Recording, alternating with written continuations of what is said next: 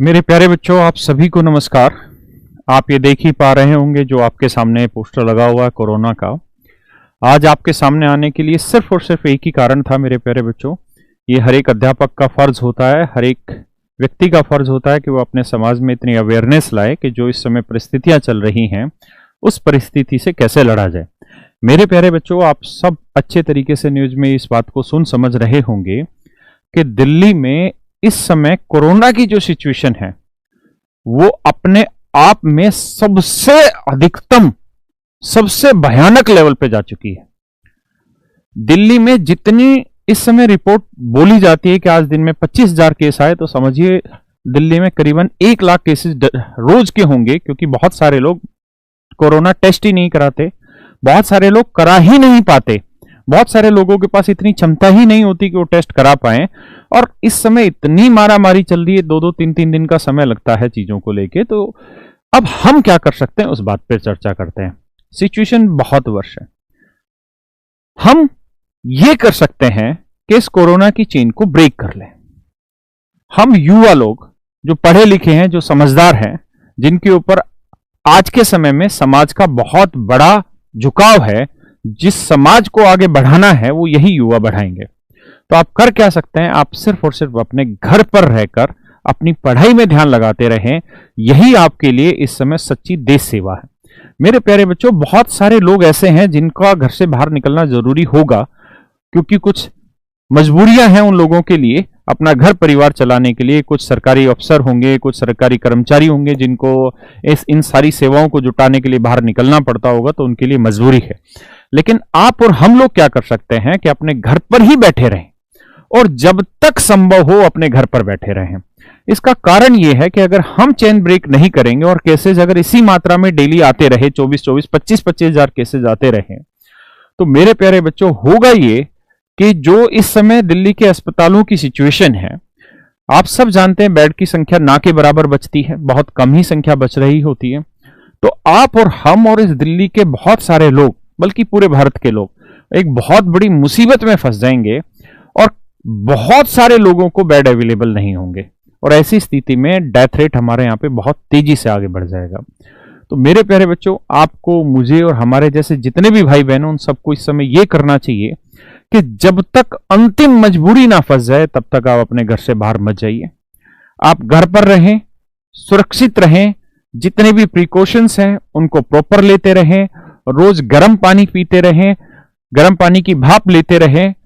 कोशिश करिए इस उम्मीद के साथ और इस सोच के साथ कि आने वाले समय में अगर आपको कोरोना हो जाए तो कोरोना से पहले आपकी बॉडी इतनी एक्टिव हो चुकी हो कि जो उसका एक ट्रांसमिशन पीरियड होता है जो आपकी बॉडी में वो एंटर करता है, और 1-1.5 दिन के आसपास बताते हैं वो गले में और कहीं रहता है बॉडी के किसी पार्ट पे, और उस समय अगर हम हीट वगैरह गर्म पानी लेते रहे, भाप लेते रहे, तो शायद वो चला जाता है या उसका इंपैक्ट कुछ कम होता है। तो मेरी आप सबसे यही सलाह है कि सरकारी तंत्र के ऊपर इस समय बहुत ज्यादा बोझ पड़ा हुआ है। सरकार अपनी तरफ से बेहतरीन प्रयास कर ही रही होगी, ऐसी उम्मीद हम कर लेते हैं। अभी मैंने थोड़ी देर पहले सुना कि भारतीय केंद्र सरकार ने फैसला लिया है कि जितने भी इंडस्ट्रियल प्लांट हैं वो सारे के सारे बंद करे जाएंगे जहां पर ऑक्सीजन यूज हो रही है। और यह डिसीजन बहुत पहले लिया जाना चाहिए था, क्योंकि बहुत सारे लोग सिर्फ और सिर्फ ऑक्सीजन की वजह से मर चुके हैं। मेरे प्यारे बच्चों, ये जो स्टील प्लांट होते हैं जहां पे स्टील तैयार होता है, वहां पे जो वर्कर होते हैं वो ऑक्सीजन सिलेंडर का यूज कर रहे होते हैं, क्योंकि वहां बहुत तेज हीट होती है और उनको जो ड्रेस वगैरह पहनी हुई होती है उसमें वो सरवाइव करने के लिए वहां पे उनको ऑक्सीजन साथ रखना होता है। तो वहां पे बहुत बड़ी मात्रा में खपत हो रही थी ऑक्सीजन की। इस समय जैसा मैंने अभी देखा है टीवी में और यूट्यूब पे कि इस समय वो ऑक्सीजन की जो वहां पे मात्राएं थी वो बिल्कुल बंद कर दी गई है। उसका जो इंडस्ट्रियल यूज है वो बिल्कुल बंद कर दिया गया है और मानवता के लिए उन सिलेंडर्स को यूज किया जाएगा, ऑक्सीजन को यूज किया जाएगा। तो अब हमारा और आपका फर्ज इतना है कि हम इस सरकारी तंत्र पर अपने आप को बोझ ना बनाएं, कम से कम कोशिश करें। होना जो होगा वो तो देखा जाएगा, अगर हो ही जाएगा तो कौन रोक सकता है। लेकिन हम अपने तरीके से जितने सफलतम प्रयास कर सकें, जितने पॉजिटिव एफर्ट डाल सके उतने अपने पॉजिटिव एफर्ट डालिए। कोशिश करिए अपने माँ बाप, भाई बहन सबको सुरक्षित रखा जा सके, एक ही वातावरण में रखा जा सके। मेरे प्यारे बच्चों, लास्ट टाइम जो कोरोना की वेव थी वो डिफरेंट थी और इस समय जो कोरोना की वेव है वो बिल्कुल डिफरेंट है। लास्ट टाइम की जो कोरोना की वेव थी वहां पे इतनी डेथ रेट नहीं थी, शायद इतनी तेज गति से फैल भी नहीं रहा था, लोग बहुत ज्यादा अवेयर भी थे और बहुत ज्यादा डरे भी हुए थे उस समय पे। मुझे खुद भी कोरोना हुआ था लास्ट टाइम, और उस समय का जो वेरिएंट था या जो स्ट्रेन था वो इस तरीके का था कि 1 से 2 दिन वो फीवर रहता है और 1 से 2 दिन के बाद वो फीवर अपने आप उतर जाता है। लेकिन मेरे प्यारे बच्चों, अब जो सिचुएशन है वो इतनी भयावह है कि 10-10, 12-12 दिन तक फीवर रहता है और फीवर भी अपने बिल्कुल हाईएस्ट पीक तक चला जाता है। तो मेरी आप सबसे यही रिक्वेस्ट है, ये जीवन एक ही बार मिला है, पता नहीं कितने हजारों लाखों योनियों के बाद मनुष्य जीवन हमें मिला है, तो कहीं हमारी गलती से ये जीवन ना चला जाए। कोशिश करिए सरकारी तंत्र पर बोझ ना बना जाए। कोशिश करिए कि आपकी माँ आपका चेहरे को हमेशा देखती रहे, आपके खुश चेहरे को देखती रहे, उनके सामने किसी बच्चे की अर्थी ना जाए, किसी बच्चे की मौत ना हो कोरोना की वजह से। तो अपने आप को बचाइए, बड़ा जरूरी है इस समय। बहुत सारे बच्चे, बहुत सारे लोग इस समय कोरोना को बहुत सीरियस नहीं ले रहे या बिल्कुल भी सीरियस नहीं ले रहे। वो इस दुनिया के सबसे बड़े ढक्कन हैं, या उससे भी अच्छा शब्द अगर आप इस्तेमाल कर सकते हैं तो वो है। कारण क्या है कि इस बार जितनी डेथ रेट है उतनी इससे पहले कभी कोरोना में नहीं रही। मेरे बच्चों, जो हम अमेरिका में, ब्राजील में कहानियां सुन रहे थे, एक्चुअल में इंडिया में वो चीजें एग्जिस्ट कर रही हैं। इस लेवल तक कोरोना जा चुका है। तो ये हमारी और आपकी समझ पर निर्भर करता है कि हम इससे कैसे बचें, और हमें बचना भी है या नहीं बचना, ये आप पे ही निर्भर करता है। आप डरिए मत, लेकिन अवेयर रहिए, नहीं तो बहुत बुरी तरीके से पछताना पड़ेगा आपके माँ बाप को, आपके भाई बहनों को और आपके आश्रितों को। इसको बिल्कुल भी हल्के में मत लीजिए। अगर हल्के में ही इसे लेना होता तो इतनी डेथ नहीं हो रही होती मेरे दोस्तों। माननीय उच्चतम न्यायालय, माननीय सर्वोच्च न्यायालय इस पर संज्ञान नहीं ले रहा होता। मेरे बच्चों, मैं बहुत नजदीक से इस चीज को महसूस कर रहा हूं, इसीलिए मैं आपको कह रहा हूं कि अगर हम खतरनाक स्थिति में 0 से लेकर 100 तक अगर नंबर दें तो आज के समय में 100 नंबर वाली खतरनाक सिचुएशन दिल्ली में है, और शायद पूरे भारत में भी हो। बहुत सारे लोगों की वजह से ये कोरोना फैला, लेकिन हम उस पर चर्चा नहीं करते। चुनावों की, कुंभ की, या और बहुत सारी चीजें हुई। अब जो हो गया सो हो गया। जिसको समझना चाहिए था उन लोगों ने उस वक्त पे समझा नहीं। उस वक्त पे बड़ी भीड़ों में, बहुत बड़े बड़े समूहों में काम होने लग रहे थे, चाहे शादियां हो, चाहे कुंभ हो, चाहे चुनाव की रैलियां हो, चाहे किसान आंदोलन हो, या कुछ भी हो। लेकिन अब पछताए होत क्या, जो चिड़िया चुग गई खेत। और मेरे दोस्तों, अगर आने वाले 10 दिन के अंदर अगर ये लहर कंट्रोल नहीं हुई तो आप देखेंगे कि भारत से बहुत सारी जनता त्राहिमाम कर रही होगी और बुरी तरह फंस चुकी होगी। इस समय हॉस्पिटलों में इतनी बुरी स्थिति है कि आप पैसा देके भी बेड अवेलेबल नहीं है।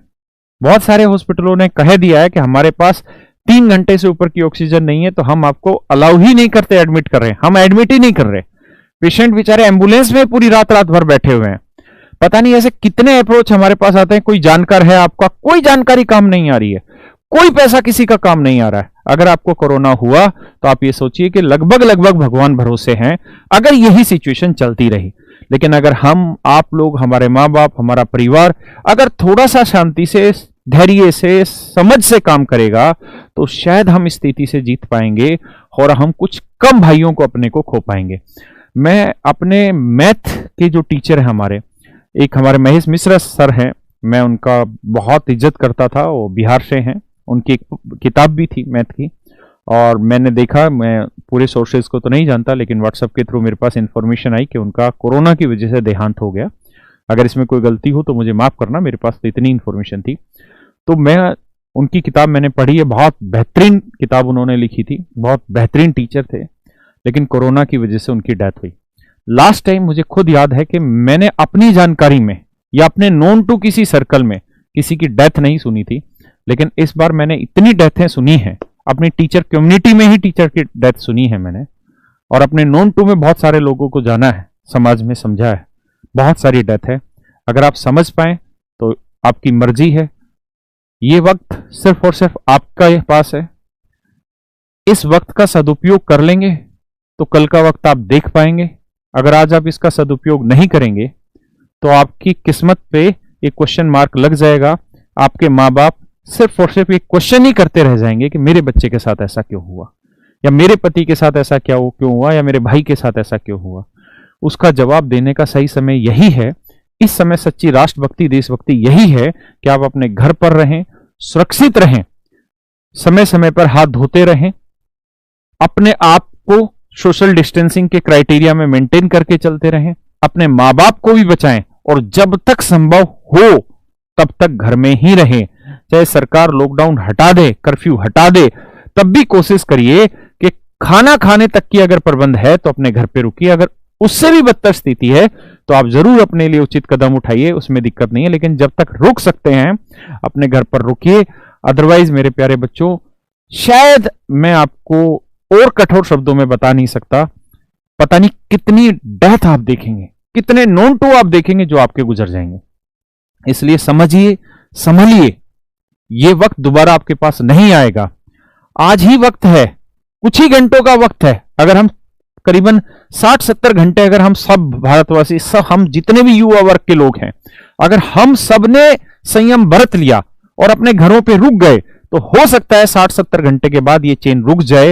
हो सकता है इसकी स्पीड बहुत डाउन आ जाए, और जैसे ही इसकी स्पीड डाउन होगी तो हॉस्पिटलों में बेड भी अवेलेबल होंगे, ऑक्सीजन सिलेंडर भी अवेलेबल होंगे, व्यवस्थाएं भी दुरुस्त हो जाएंगी।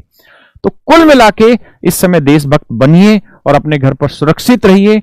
और दूसरी बात, अगर आपके पास धन है भी, तब भी आप किसी चीजों का स्टॉक मत करिए। मेरे मन में एक बार यह आया कि मैं शायद इतना समर्थवान हूं कि 8-10 ऑक्सीजन के सिलेंडर लेके अपने घर पे रख लूं, लेकिन मुझे यह समझ आया कि उससे मुझे हासिल क्या होगा। मैं उन 8-10 सिलेंडर को स्टॉक में रख लूं अपने पास, मेरे पास आज पैसा है, लेकिन मैं वो बेसिकली बहुत सारे लोगों की मौत खरीद रहा हूं। इसलिए जहां तक संभव हो आप कोई भी चीज स्टॉक मत रखिए। सारी व्यवस्थाएं होंगी, सरकारी सारी व्यवस्थाओं में लगी हुई है, किसी भी हालत में कोई चीज का स्टॉक अपने पास एक्स्ट्रा मत लेके चलिए, और स्वस्थ रहिए। मैं आप सबसे यही उम्मीद करता हूं कि कल भी मैं आपसे मिलूं और आप मुझसे मिलें, और 10 दिन बाद भी मैं आपसे मिलूं और आप मुझसे मिलें, और 10 साल बाद भी मैं आपसे मिलूं और आप मुझसे मिलें, और 100 साल बाद भी आप मुझसे मिलें, मैं मिलूं ना मिलूं। तो मेरी आप सबसे यही रिक्वेस्ट है कि थोड़ा सा संभल कर रहिए, इस सिचुएशन को समझिए।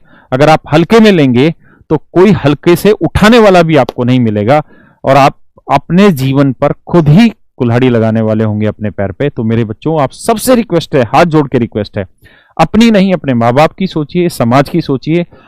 कम से कम आप दूसरे लोगों की मौत का कारण मत बनिए। आप सब स्वस्थ रहें, सुखी रहें, समृद्ध रहें, स्वस्थ रहें और ऊर्जावान रहें। इन्हीं सब बातों के साथ मैं आप सबको शुभ रात्रि, धन्यवाद।